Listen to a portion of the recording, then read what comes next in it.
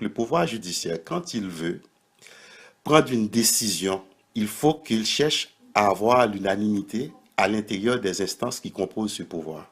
Donc, le pouvoir judiciaire, ou bien, par exemple, un comité du pouvoir judiciaire, par exemple, le directeur, en tout cas, le président, du premier juge, n'importe quoi, du pouvoir judiciaire, ou bien, peut pas déclarer que moi et quelques collègues, nous avons décidé de prendre telle décision.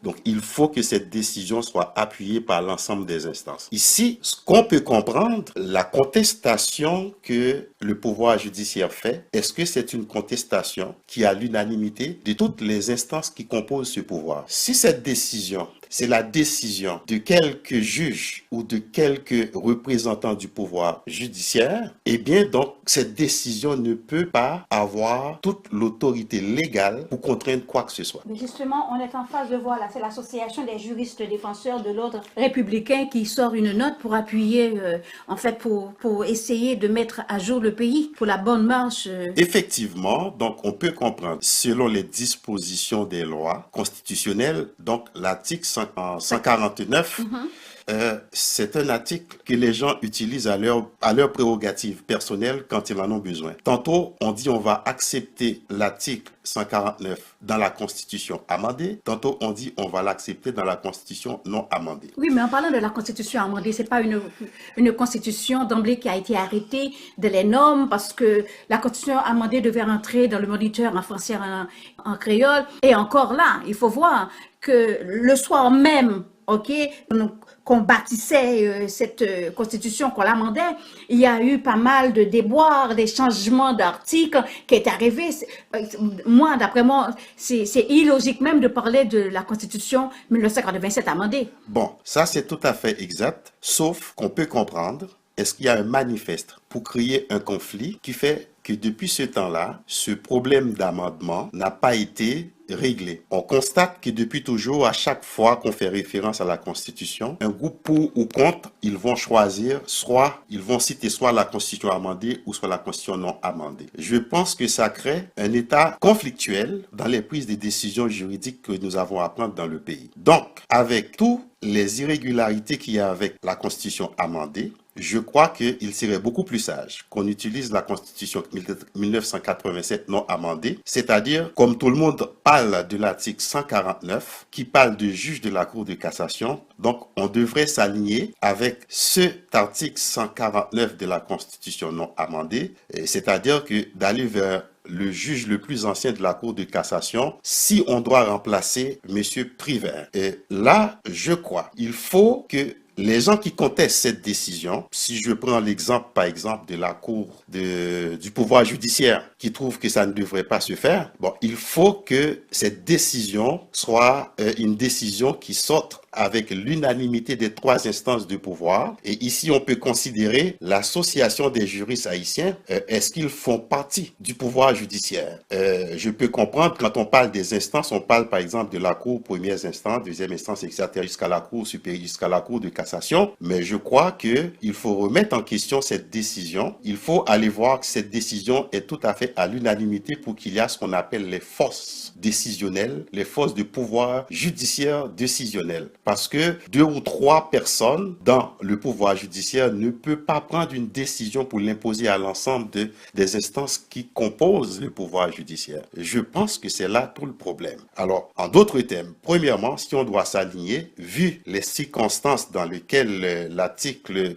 149 dans la Constitution amendée n'a pas été ratifié, n'a pas été publié et tout, on remet ça en question. Donc, il faut, je pense, de façon le plus sage, considérer la Constitution non amendée et en choisissant un juge, le juge le plus ancien de la Cour de cassation, de faire en sorte qu'on choisit le vrai juge le plus ancien de la Cour de cassation. À partir de leur nomination comme juge à la Cour de cassation et pas au niveau, par exemple, des postes qu'ils s'occupent, parce qu'il semblerait qu'il y a un petit problème ici. Le fait que M. Cantave a été nommé en 2015 pour remplacer le vice-président et le président de la Cour de cassation.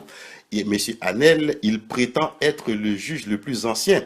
Alors, donc, quand on parle de l'ancienneté Donc, c'est à partir du moment où la personne et à la date à laquelle que la personne a été nommée comme juge de la Cour de Oui, cassation. ça on entend bien parce que son remplacement, elle a été au premier lieu vice-président de la Cour de cassation et ensuite président. Mais c'est arrivé juste Ça simplement. ne lui donne pas le privilège de ne pas se soumettre à la notion de ce qu'on appelle de l'ancienneté. Exactement, parce que en fait, il n'est plus là, le président, parce qu'il n'a pas de mandat pour cela. Étant donné qu'il n'est plus le président, alors on doit se retourner impérativement vers le plus ancien, parce qu'il n'est pas président, ok, le juge le plus ancien, et qui est Ménès San Joseph, Jean-Louis.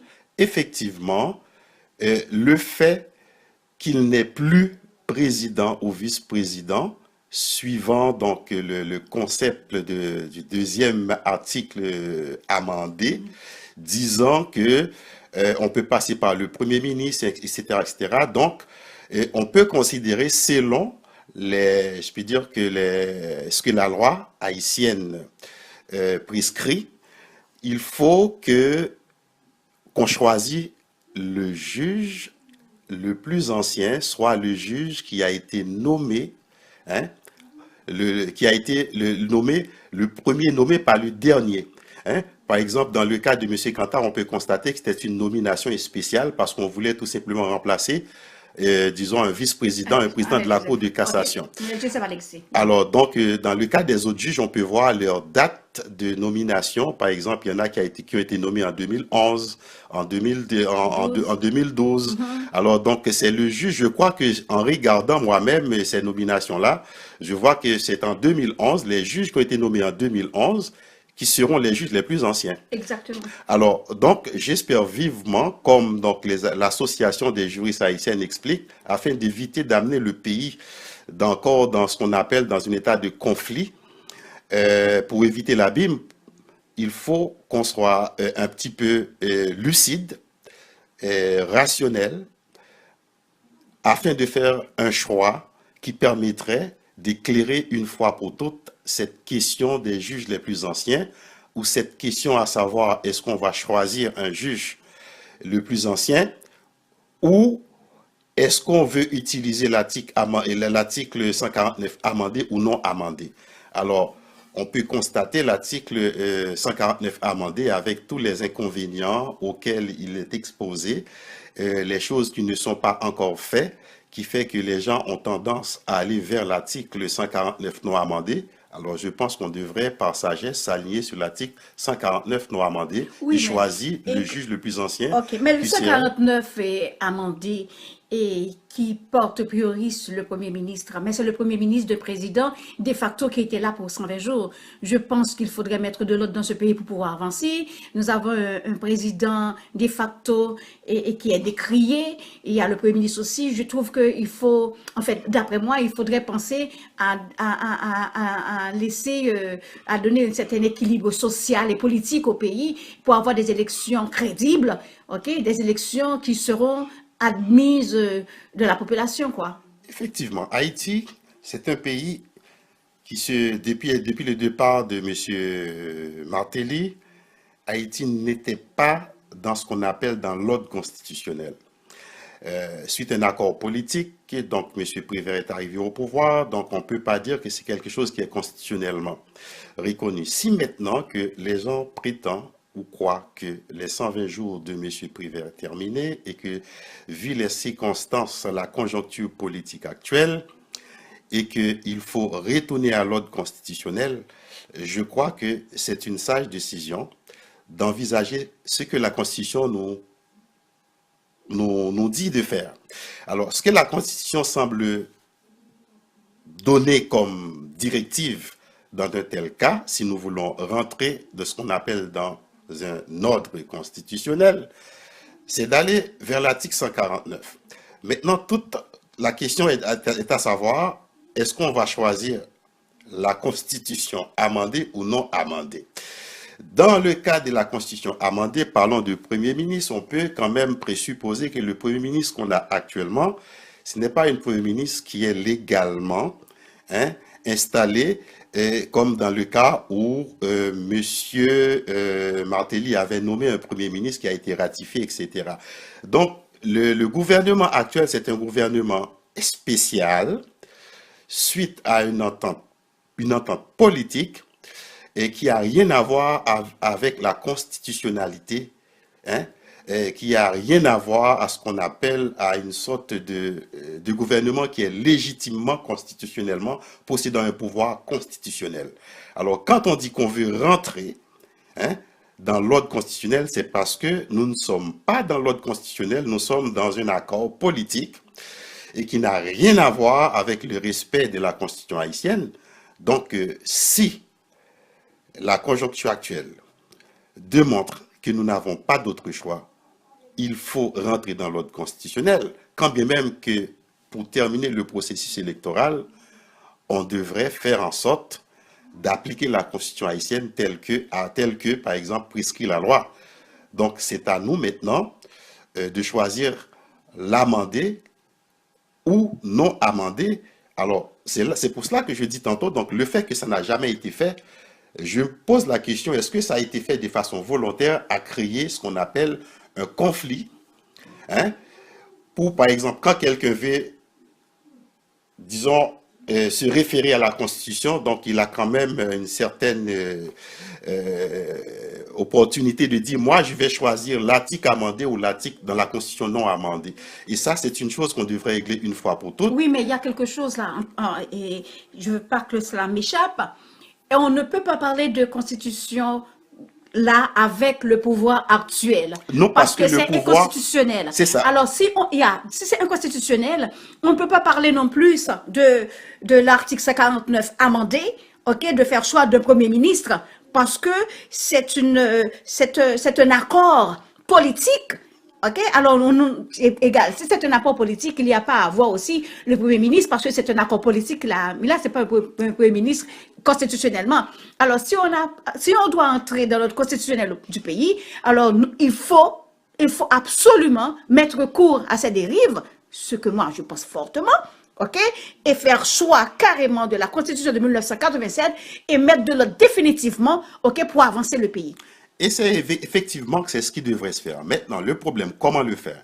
C'est-à-dire qu'on a un pays, depuis le départ du président qui a été élu, et le pays disons, est gouverné de façon ad lib, de façon par l'improvisation politique des accords, souvent contestés, souvent plus ou moins tolérés. Et c'est ce qui nous a amené aujourd'hui à vouloir rentrer dans l'ordre constitutionnel. En effet, le gouvernement actuel n'est pas constitutionnel. Toutes les nominations qui ont été faites par ce gouvernement, ce ne sont pas des nominations qui sont constitutionnelles, quand bien même que le Parlement a été ratifié un Premier ministre. Si on regarde que le président, l'exécutif qui a présenté, par exemple, ce Premier ministre au Parlement pour ratification, il n'était pas un président ou un pouvoir exécutif qui était constitutionnellement établi selon la Constitution haïtienne. Donc, on peut présumer que actuellement, la gouvernance haïtienne avec M. Prévert, ce n'est pas une gouvernance qui est légalement, constitutionnellement en place. Donc, ceci étant dit, si nous voulons mettre l'ordre, alors en se référant à notre Constitution, nous n'avons pas le choix d'aller vers l'article 149 qui nous dit clairement qu'est-ce que nous devons faire dans de telles circonstances. Comme j'ai expliqué tantôt, donc la faiblesse que nous avions actuellement, soit dit que le plus grand défi qu'on a, c'est à convaincre les gens à savoir lequel des deux articles 149 dans la Constitution que nous allons, disons, appliquer. Est-ce que la Constitution amendée ou le non amendé? Et quand bien même qu'on prend la Constitution non amendée ou amendée, donc dans un cas ou d'un autre, on ne peut pas considérer ce Premier ministre-là comme un Premier ministre qui serait éligible à être choisi parce qu'il n'est pas constitutionnellement à sa place, établi ou instauré ou installé démocratiquement, institutionnellement.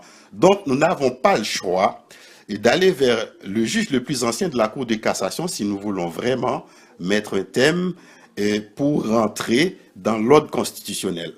Je crois que c'est là qu'on devrait euh, s'aligner vers l'article 149 et vers le juge le plus ancien de la Cour de cassation On a afin souvent On a de... souvent parlé d'accord, mais un accord qui a une date pour commencer, une date pour terminer aussi. Là, passer 120 jours, là, en cours, on va, février, on a le mois de février qui s'en vient à grands pas. Ça fera 1 an déjà, on n'est plus dans 120 jours. L'accord, on n'est plus dans l'accord, là, on est dans une question de force, Ben, je comprends. Je comprends que, vu les circonstances, que donc pour une sortie d'un gouvernement qui n'avait pas un autre gouvernement qui était prêt à à faire la continuité, ou ce qu'on appelle à remplacer donc le gouvernement de M. Matéli. Donc ça a été fait. C'était une décision spéciale qui ne semble pas apporter les résultats escomptés ou à être concrétisée. Et je pense qu'il est temps qu'on se dit qu'allons-nous faire. D'ailleurs, le délai que ce gouvernement provisoire avec l'accord spécial a eu, un accord euh, caduc. eh ben, écoutez, on peut comprendre qu'effectivement, que le délai est expiré. Euh, Moi, il y a une chose, par exemple. Malgré notre préoccupation pour réaliser les élections, euh, je ne pense pas que ça peut créer un problème le fait que qu'on nomme le premier juge de la Cour de cassation pour terminer les élections. Parce que tous les dispositifs sont là. La seule problématique qu'il y a, c'est à savoir, est-ce que M. Prévert maintenant est apte, est capable de terminer le processus électoral? Et si on trouve que, en effet, que avec tous les dérives qui se sont arrivées dernièrement, et qu'on devrait prendre une autre personnalité d'autorité pour terminer le processus pour plusieurs raisons. Parce qu'avec M. Privé, il faut s'y attendre qu'il va y avoir des contestations avec cette élection-là et tout. Je pense que si on veut peut-être aller vers une élection en tout cas, Crédible moi je dirais qui sera beaucoup plus acceptée par l'ensemble de la de population. la population ainsi que des partis politiques, c'est à ce stade-ci d'aller, par exemple, vers un autre représentant de l'État qui sera neutre. Hein. Je présume que si on décide de nommer le premier juge de la Cour de cassation, qui n'était pas, disons, celui qui avait conceptualisé, nommé les membres du CEP, etc. Et c'est un CEP qui a déjà été établi. La seule chose qu'il aura à faire, c'est de continuer le processus électoral. Je pense que ce serait une très bonne opportunité pour aller chercher ce qu'on appelle une certaine transparence. Et la confiance de la population vers les élections. Effectivement, parce qu'on peut comprendre avec M. Prévert, il y a tellement de dérives, il y a tellement de compromis. Et je pense que ce serait vraiment sage de choisir une autre autorité autre que M. Prévert pour terminer l'élection. Ça n'aura rien à voir avec l'échéance ou quoi. Sauf que donc ce ne serait pas avec M. Prévert que ces élections auront réalisé, parce qu'on peut comprendre qu'avant même que les élections soient quand même commencées, donc il y a plusieurs contestations, qu'il y avait des comités de surveillance qui ont été établis. Je pense que donc là nous Pour le arrivons à bien-être du pays. c'est d'aller vers la Cour de cassation, de rentrer dans l'ordre constitutionnel. Exactement. Entrer dans l'ordre constitutionnel, cela ne veut pas dire que de remettre les élections en question. Au contraire, c'est de permettre, entrer dans l'ordre constitutionnel va donner une plus grande crédibilité aux élections. Et ça va peut-être permettre aussi aux instances concernées de réviser, par exemple, leur critique vis-à-vis des élections. Et moi, en ce qui a trait aux instances internationales, moi, je pense qu'il est temps que les instances internationales prennent un certain recul par rapport à ces genres de décisions qui est tout à fait personnel, national, et de laisser par exemple, aux autorités politiques et aux partis politiques, aux leaders acteurs politiques, à la société civile haïtienne de s'asseoir ensemble et de prendre leurs décisions, et à savoir est-ce qu'ils vont nommer ou est-ce qu'ils vont chercher le premier juge en chef de la Cour de cassation pour terminer le processus électoral ou de garder M. Prévert. Alors je pense que là, il faut éviter toute influence de la part des instances internationales et pour ne pas aller en fonction de leur dictat et par la suite de se retrouver encore dans un conflit des élections contestées. Qu'il y a une question nationale et de souveraineté, élection dans un pays, dans notre pays. Retrouver notre souveraineté, parce que quand on parle d'élection, on parle de souveraineté. Je vous remercie beaucoup. Bon, ça fait plaisir de partager, de discuter avec vous. C'est une discussion instructive plutôt et je tiens à vous dire un grand merci, madame. Et c'est un plaisir pour moi de partager avec vous, de discuter. Alors, au plaisir. Merci bien.